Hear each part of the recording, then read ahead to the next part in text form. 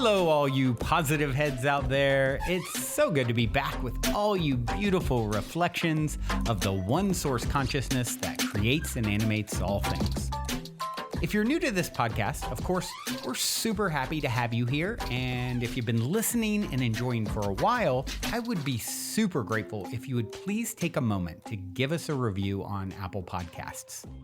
It's one of the best and simplest ways to pay it forward and help others find the show so that they too can tap into the powerful perspectives and positive vibrations we are collectively emanating. The other unique and magical way to share this show is by sending any friends you think would benefit from listening to this podcast our Game with the Universe link at positivehead.com/game.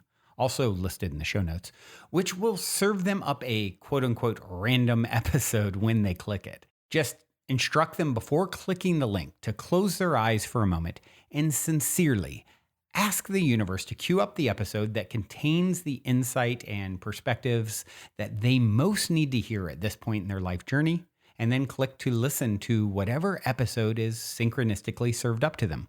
I have heard time and time again from people about the incredible results they received playing the game. So just tell your friends magical results are guaranteed or their karma back.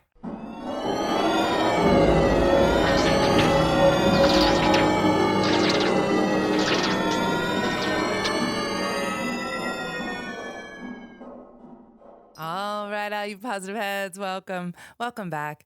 Thank you so much for joining me today on a Friday episode because I missed yesterday's episode, and I'm really grateful that I get to be here today instead.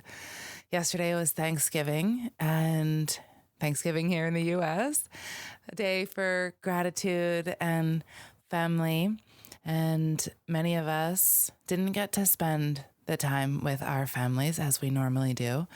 And we ate dinner in smaller groups or did something different this year.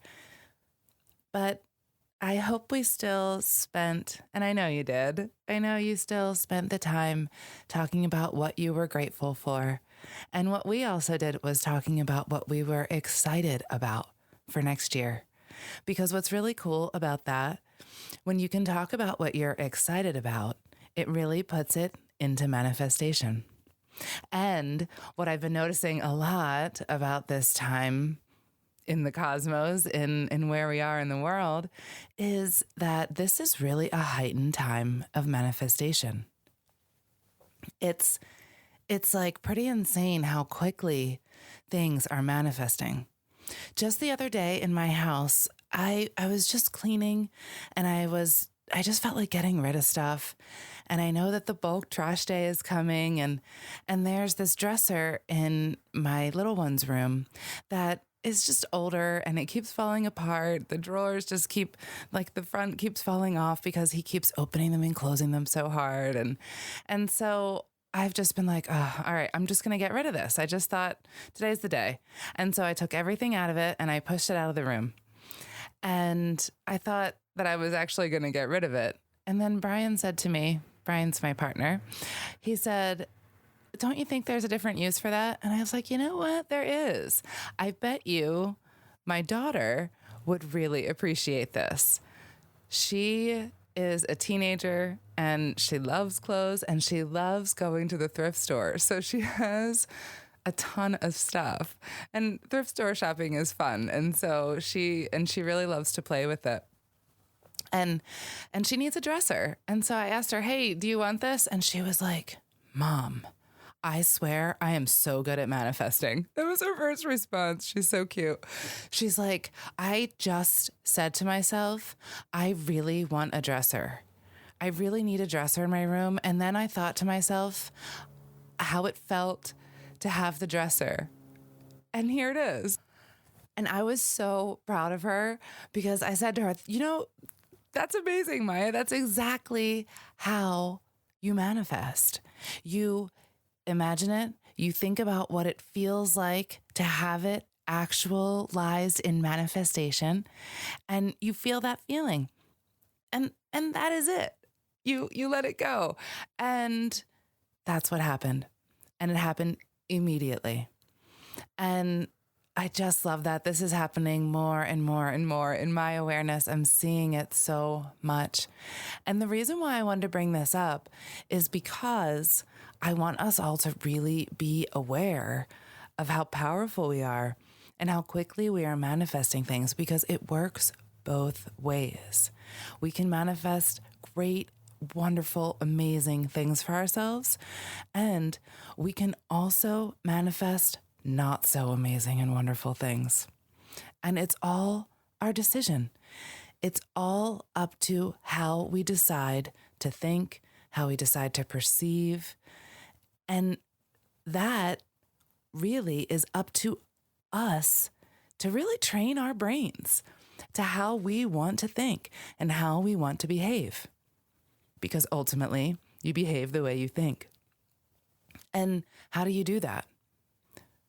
Meditation. Meditation is seriously the number one tool in this existence.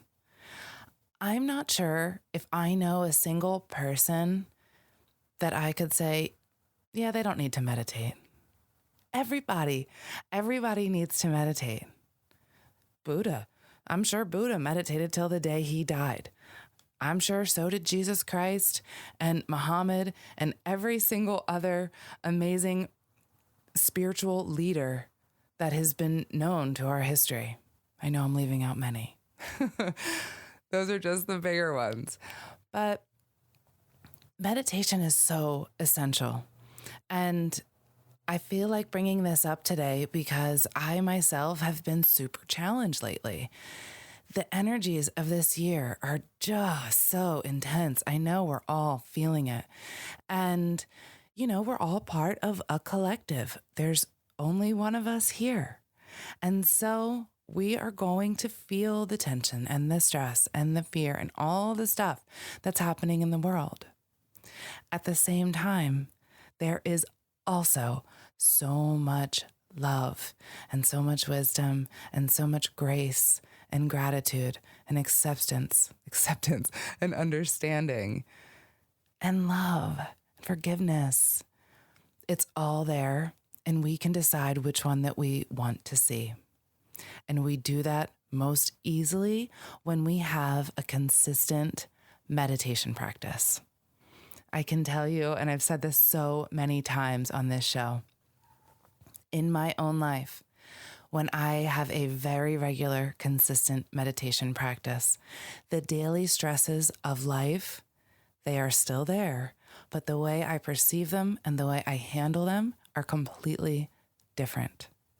As opposed to when I am not being consistent in my meditation practice and those daily stressors come up, then they're a little harder to handle. And not just a little, a lot sometimes. Because what happens too, when we're not handling our own stuff, the universe has this way of just piling it on until it really fills our cup and makes us deal with it head on, like you can't ignore it anymore. And that's another big theme, I feel like, of this year. The astrology, and I am certainly not an astrology expert, but I do love to look at it and delve in a little bit and learn as much as I can. But the astrology of this year is really bringing forward so much of the things that we haven't wanted to deal with, the things that are hidden, things that are really coming to light because it's necessary to look at them in order to properly heal and move on to the next level. We are leveling up whether we like it or not, and this process is going to be easier or harder depending on us, depending on how we choose to roll with it. And I think something that's super important during a process that's difficult, or a process that we're going through in the world right now, is that we take the personal responsibility. Everything is about personal responsibility. And the more we understand that, the easier it is for those around us, I'll say. The less we blame others, the less we look to outside things to soothe, appease, or do things for us to heal us. When we understand that it is no one else's responsibility but our own to take care of our own mind, to be able to talk ourselves down, to be able to use the power of our will to make a different decision, to choose love in every thought, in every moment, because we can. We have the power to do that. It's such a beautiful thing to realize how powerful we are and how we have this choice in every given moment. And like I've said before too, in every given day, we have an opportunity to make a new choice. And it's a lot easier when we meditate. And so I want to get into this a little bit. Let's talk about meditation. If you're someone who's not meditating yet, maybe you're thinking, well, I can't do that. My mind's too active. I can't just sit down and turn off my brain. It doesn't work that way. I'm way too busy. That's exactly why you need to meditate. And I'm not asking you to sit down and turn off your brain, because that's not going to work. No one's done that the first time they've ever meditated. This is a continual practice that requires work and consistency. And so don't expect too much of yourself at the very beginning. Baby steps. I'm thinking of Dolores Cannon right now. She used to say, you don't give a baby a steak. You start out with mama's milk. And then you move on to mashed vegetables and fruits. And then maybe they can chew small little bites. And then even bigger bites. And it takes a while till a human being is ready to digest meat. It's way more dense and it takes a lot more effort for the body. And so think of meditation as mama's milk if you're just getting started. Think of just baby steps. And so you're not going to start off and shut off your mind. A great way to start, if you're just a beginner, is to find a really good guided meditation that you enjoy, that you like, someone that you resonate with. Those are a really great way to start, because I feel like by listening to a bunch of those, you can start to learn your own process or your own techniques that you might like and the ones that you don't like. And so as you go on, you can do it for yourself, unguided, just using those different techniques that you've picked and chosen from the different guided meditations that you've used. This is just the way that I've done it in my life. And so I'm just offering this advice because I think it's easy when you can take it step by step. And so a simple guided meditation at the beginning is a nice, easy way to do it. And after that, you might want to go through with no words because you want to have your own. And so then you might want to just listen to tones, binaural beats, crystal bowls, whatever it may be. Those tones and sounds are such a beautiful way to get you just centered and aligned. And ultimately, after you do that, and you do that for a while, for me, I got to a place where I just didn't want to do anything. I didn't want to have any external resources. I didn't want to use an app. By the way, there's lots of apps. If you want to start with those are a nice, easy way. But for me, I just wanted to do it for myself. I wanted to pick and choose from the different techniques and tools that I learned and do my own thing. And that has worked out the best for me. And I like that because then it's individualized for you, for whatever you like and whatever you want to work on that day. Because as you get further and further into this process, it becomes easier and easier to listen to your guidance and work on your stuff personally.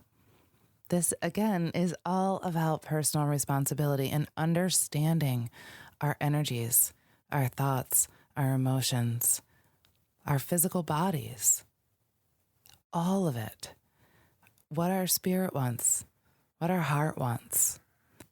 And, what's funny about that is that, the goal of meditation we often think of as quieting the mind, silencing the mind. But the thing is, it's about silencing the conscious mind so that our higher guidance can come in and talk to us. And so it's not a completely silent process.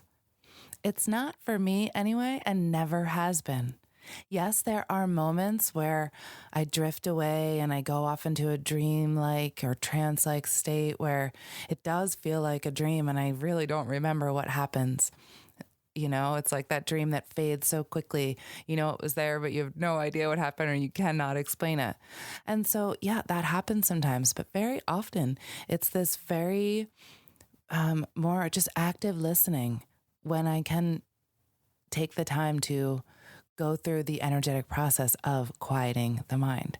And I'm going to tell you how I do that because it really is very, very simple. It's so, so simple. We also do this in hypnosis. Really, all it is, you just activate this right side of your brain or the intuitive side of your brain, the side that has the imagination, the side that you visualize from, the creative side. And so use your creative side, use your imagination. And by using that, you automatically shut off your conscious mind. It's so beautiful. So what you do is, do it any way you want and however you figure it out in your process. But I'm going to share with you what I do. So I sit and I just breathe. The first thing I do is breathe. I make sure I'm nice and quiet. I put my feet on the ground. I close my eyes. I like to be in nature. Some people like to sit in a meditative space that they've set up in their home, depending on what the temperature is outside. For me, it's beautiful out right now. I like it a little chilly. So I sit outside and nature is like my church. So that's my altar. That's my altar space. That's my ritual space.